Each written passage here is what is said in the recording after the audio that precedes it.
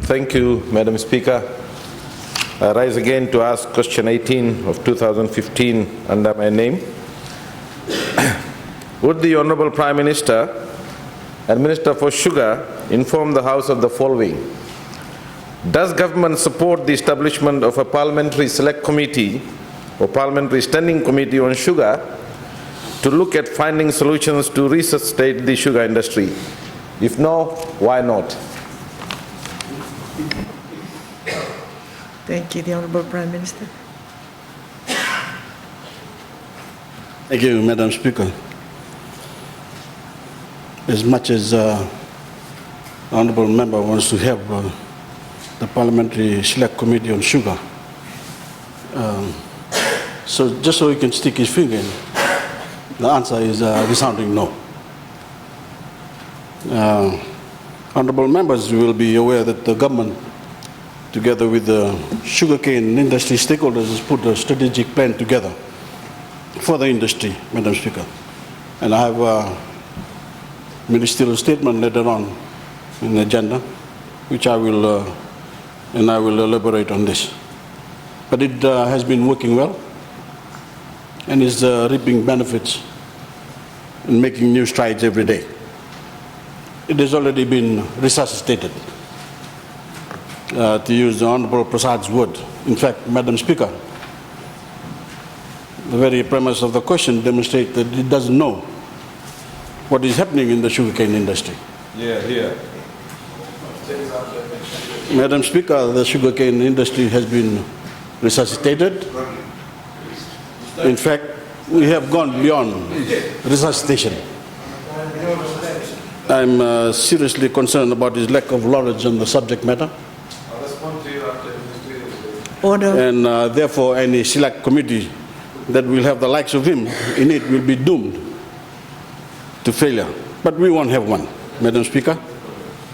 Madam Speaker, we are committed to keeping the momentum of our reforms, following a roadmap which was created with wide consultations.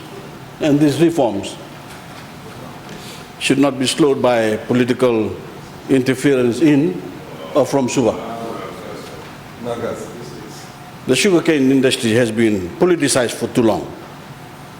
And without the political interference of the past, we have over the past few years been able to make enormous strides.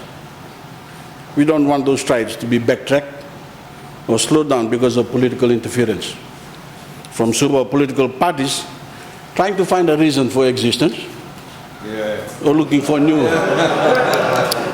new constituencies.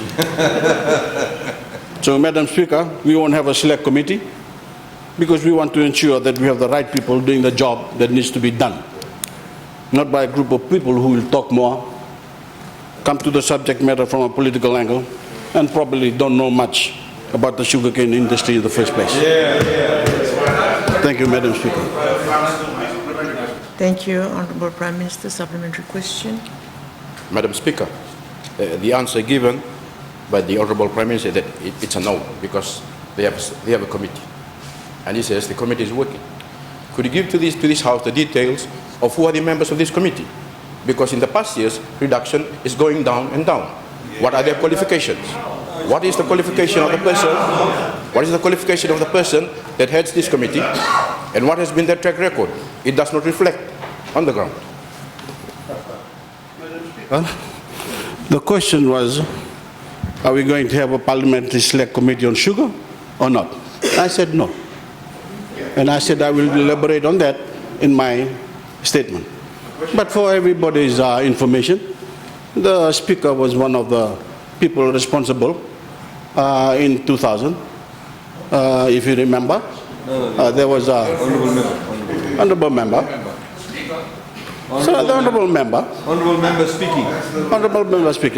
speaking was one of those involved in the policies that came up in 2000 that. But you were involved in a coup.